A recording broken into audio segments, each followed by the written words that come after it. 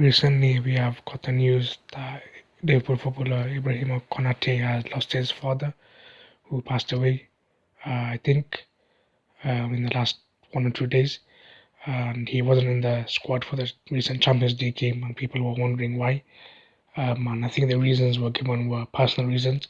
And now we know he's lost his father, and it's a very difficult time for anybody, particularly having to deal with on on pitch performances. Who knows what his father was going through? Maybe it wasn't specifically these 2 days. Maybe there's been something going on that was more than these last 3 days. And people, whether they like it or not, things impact footballers. Real life impacts them.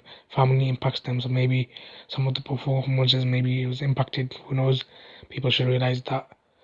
Of course, you want people to perform well, but also think maybe why aren't they performing well? Is it just because of how they're playing, or is there other things that could be behind it? And many different articles have been written by different people, and Liverpool have said, heartbreaking news, Ibrahima Konate has sadly lost his father. Our thoughts, prayers, and deepest sympathies are with Ibu and his loved ones during this incredibly painful time. You are never alone. You'll never walk alone. And you can see um, the details for the funeral prayer or the janaza alongside it. It's written in French, I think, and I can't understand it. But as far as I know, the funeral prayer, the janaza, will be in a mosque tomorrow on Friday in France.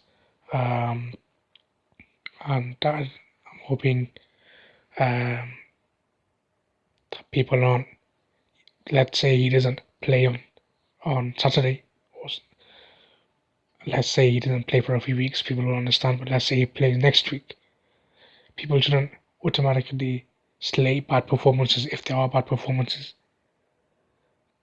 There's things behind bad performances. There could be fitness issues and other things, but off-field issues, things like this, people should think that. Of course, I'm sure he would want to play, doing a job playing football. Maybe would help in some ways in having something to do.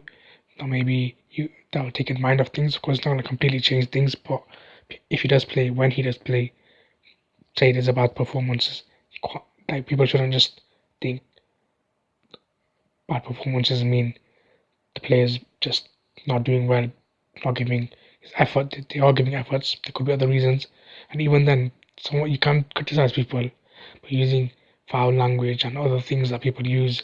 They should think, particularly people who they support the players, and one bad game they want to say bad things, and then you said bad things.